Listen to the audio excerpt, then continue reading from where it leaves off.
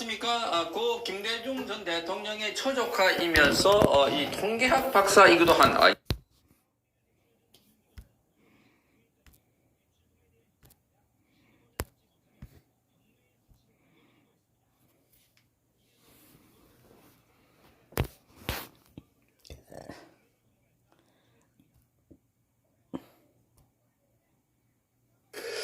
여러분 안녕하십니까. 고 김대중 전 대통령의 처조카이면서 이 통계학 박사이기도 한 이영작 박사. 이 현안 문제가 있을 때마다 이 예리한 필치로 그 현안을 잘 설명했는데, 이번에도 자, 김건희 여사의 명품백 사건과 관련해서 글을 쓴 게 있어서 여러분께 소개를 해드리겠습니다. 자, 이 지금 시중에는 이영작 박사의 지혜다 하는 이 글로 제목으로 글이 유통되고 있습니다. 자, 김건희 여사의 명품백 사건의 본질은 무엇이고 국민의 눈높이는 무엇일까, 이렇게 묻고 있습니다. 김건희 여사가 서울의 소리에 이 음모 함정에 빠져서 1년 전에 명품백을 받은 것을 좌파가 폭로하면서 좌파들은 날 만난 듯 난리도 아니다, 이렇게 지적을 하고 있습니다. 자, 그러면서 거기다가 김경률 국민의힘 비대위원이 근거 없이 민심 이반과 수도권 위기론을 주장하면서 사건을 키우고 있다, 이렇게 비판했습니다. 자, 그러면서 언론도 나를 만났다, 이렇게 말하고 있습니다.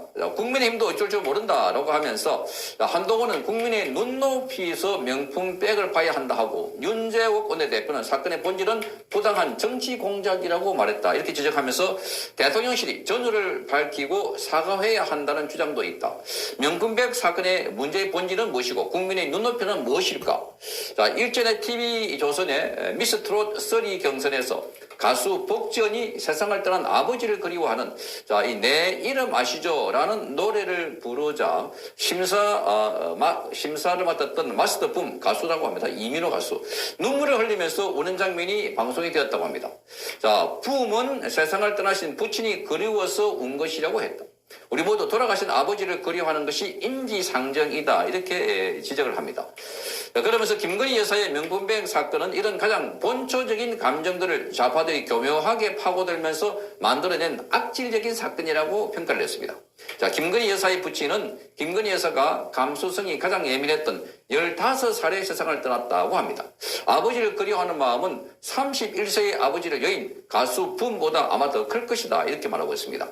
자, 김건희 여사가 꿈속에도 보고 싶은 선친의 지인이라면서 다가온 목사라는 사람이 대통령 당선 축하 선물이라면서 주는 선물을 받은 것이 인간적이고 국민의 눈높이지, 그것을 거절하는 것이 국민의 눈높이는 아닐 것이다, 이렇게 말하고 있습니다.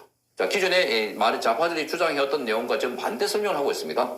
더욱이 국내 명품점에 가서 본다면 선물이 그렇게 고가의 물건도 아니다고 밝히고 있습니다. 고가가 아니라는 겁니다. 자, 그래서 국내 명품 고가가 만든 백도 그보다는 고가라는 것을 김건희 여사는 잘 알 것이고, 자, 고가 만든 이 백이 있습니다. 핸드백. 그것도 그거보다는 고가가 많다는 것을 김건희 여사도 잘 알 것이고, 자신들이 들고 다닐 수 없다는 것을 잘 알았지만 거절할 수가 없었다는 겁니다. 자, 국민의 눈높이에서 본 사건의 본질은 감수성이 민감한 어린 나이의 여인 아버지를 그리워하는 마음으로, 자, 선친의 지인이라는 사람을, 자, 아버지 대하듯이 한 것 아니었을까? 자, 선거 전략적으로 본다면 김건희 여사의 명품백 사건은 반전의 기회로 이용할 수 있을 것이다, 이렇게 말하고 있습니다. 자, 지난 1996년 미국 대통령 선거에서 클린턴의 여성 편력을 문제 삼은 언론 보도에 대해서 도덕에는 사적으로, 사적인 도덕과 있고 공적인 도덕으로 나눠 보여야 한다, 이렇게 말하면서 자신은 공적 도덕에는 어떤 문제도 없다, 이렇게 강변하면서 위기를 극복하고 재선에 성공했다고 합니다.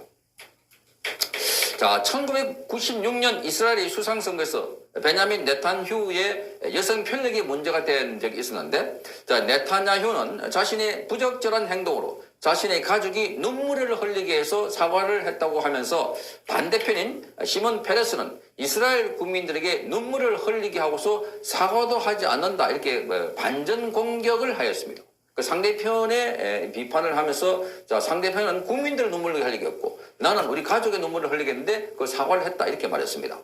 자, 시몬 페레스는 이스라엘 국민의 반대에 무릅쓰고 당시 팔레스타인 지도자인, 자, 야세르 아라파트와 평화협정을 맺었고, 이 아라파트와 공동으로 1994년에 노벨 평화상을 받은 것을 국민들에게 상기시키면서 이 반전에 성공했고 네타냐후는 승리했다는 겁니다. 그러니까 국민들이 그때 노벨 평화상 받는 것과 관련해서 이게 상 받으면은 본인은 상을 받을지 모르지만 국민들에게는 아주 좋지 않은 일이다. 자, 요걸 환기시켰다고 합니다. 그러니까 자신의 뭐 이 편력, 여성 편력 문제까지도 이 반전으로 사용했다는 겁니다. 자, 1992년 5월 손충구라고 하는 사람은 주간지에 김영삼 당시 유력한 여당 대통령 후보의 사생아 의혹을 폭로했습니다. YS는 즉각 주간지를 모두 거리에서 수거했고 손충구를 고발했습니다. 손충구는 이 사건으로 미국으로 망명했다고 합니다. 자, 사생아 사건은 사실로 드러났다는 겁니다. 사생아 보도는 YS 지지층을 결집시켰고 지지율은 올라갔다는 겁니다.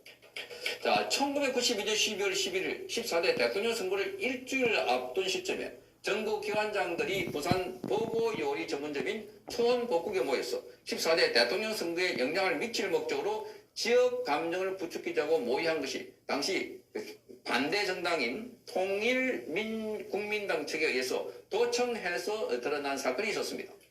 자, 언론은 도청에 비열함을 부각했고 통일국민당은 여론의 역풍을 맞았고 그래서 김영삼 후보에 대한 영남 지지층을 격집시키는 결과를 낳았다고 합니다. 이 외에도 유사한 정치적인 사건이 많을 것이다 라고 지금 이영작 박사는 적고 있습니다.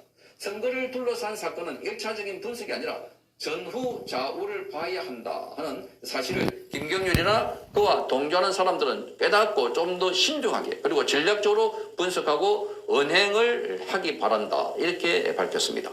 명품백 사건의 본질은 15살 나이에 아버지를 얻은 여인이 아버지를 그리워하는 마음에 선친의 지인을 환대한 것이다. 이런 인간의 정을 교묘하게 이용한 좌파의 악질적 행태는 민심의 역풍을 불러일으킬 것이다. 그것은 바로 역사가 증명한다. 이렇게 적었습니다. 이 이영작 박사 이 글은 1월 20날 적었습니다.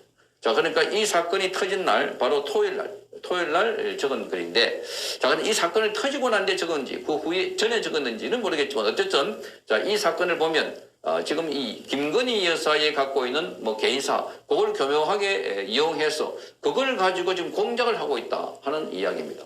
자, 이거는 대표적으로 지금 우파 진영에서는 김건희 여사의 명품백 사건과 관련해서 전후 후를 보면 이게 공작이고 기획이고 자, 이거는 하지 못할 인간적으로 아주 비열한 짓이다 하는 것을 알 수가 있습니다. 자, 그런데 뭐 그걸 받은 문제, 이거 갖고 이제 김건희 여사의 처신 문제를 별로 하더라도 자, 이게 지금 문제가 되고 있고 자, 이걸 가지고 김경률 비대위원이 계속해서 김건희 여사를 공격하거나 또 인터뷰를 하거나 이렇게 해서 심지어는 마리 앙뚜아네트까지 비유를 하면서 자, 이렇게 비하하는 발언들을 하는 것 자체는 정말 잘못된 것이다. 자, 그러니까 지금은 대한민국은 프레임 전쟁에서 많이 지고 있습니다. 좌파들의 프레임 전쟁에서 우파들이 지고 있다는 이야기죠. 좌파가 설치해놓은 만드는 그 틀에 따라서 쏙 빨려 들어가면은 아무리 뛰어난 상황이라도 그들의 틀에 맞춰가지고 해석하고 또 이렇게 바라보기 때문에 그래서 자신들에게 불리한 상황을 만들고 있다는 겁니다. 앞서 예를 봤듯이 여러 가지 불리한 사건 사고가 있었지만 그러나 프레임 전환에 성공해가지고 많은 사람들이 자신들이 불리한 스캔들이나 이런 게이트가 있었지만 그걸 뒤엎어가지고 이기는 경우도 있다. 자, 그래서 이 사건을 가지고 너무나 뭐 이렇게 아파하거나 슬퍼하거나 할 게 아니라 자, 이걸 해서 반전의 기회로 삼는 게 어떨까 하고 제안하고 있는 것 같습니다. 자, 이영작 박사. 자, 우리 살다 보면 온갖 이야기를 다 했는데 지금은 한 80일 남아있는 선거에서 좌파들이 지역적으로 이 문제를 가지고 특검 이야기도 하고 김건희 여사 공격을 하고 있습니다. 지금 뭐 이재명을 비롯해서 좌파 진영에서는 이걸 가지고 이제 한동훈 비대위원장과 또 윤석열 대통령을 갈라치기 하면서 계속 공격을 하고 있습니다. 그러나 비온 뒤에 땅이 굳어지는 것처럼 이번 사건을 통해서 자, 이 우파 진영에서 더더욱더 단결하지 않으면 자, 저들이 어떤 공약, 어떤 이관계를 가지고 또 이 양쪽에 갈라치기를 할지 모르겠다 하는 생각에서 단단히 마음을 먹고 윤석열 대통령과 이 한동훈 비대위원장이 철저하게 단결하고 단합하는 자세가 지금은 가장 시급해 보이지 않을까 하는 생각이 듭니다. 성창경 TV였습니다.